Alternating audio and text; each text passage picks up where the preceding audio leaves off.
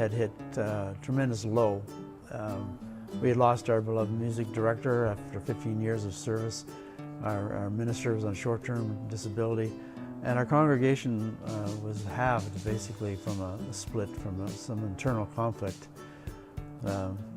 So we were suffering, and we were certainly in financial dire. It's one thing to want to move forward, and it's another thing to know how to do that.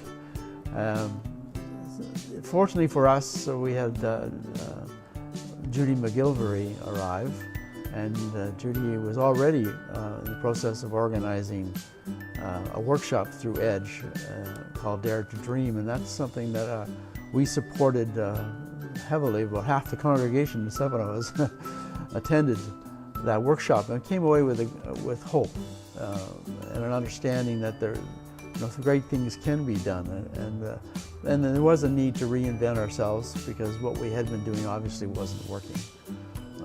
And we also realized that it wasn't our fault.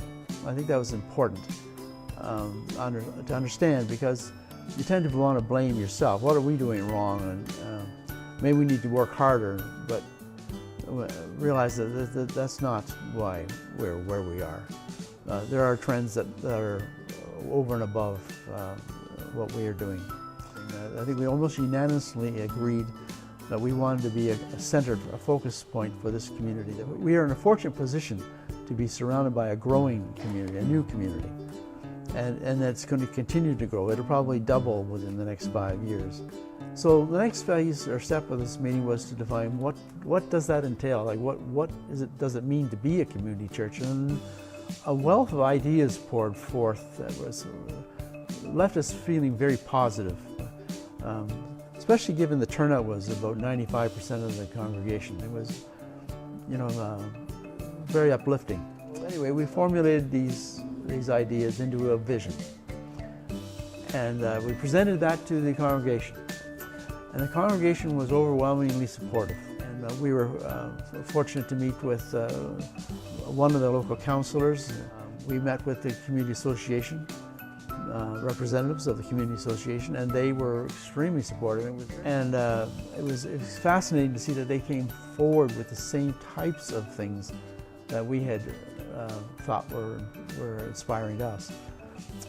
For example, a farmer's market, a community garden, exercise track with workout stations, a mini soccer field, a community hall, a meeting place, classrooms for adult education or seniors education, yoga classes, an indoor hall for exercise for young people during the winter in particular, a coffee shop, a tea room, a place where local musicians can perform. We met or talked with some of our neighbors, immediate neighbors, because we do have homes, residential properties on either side of us.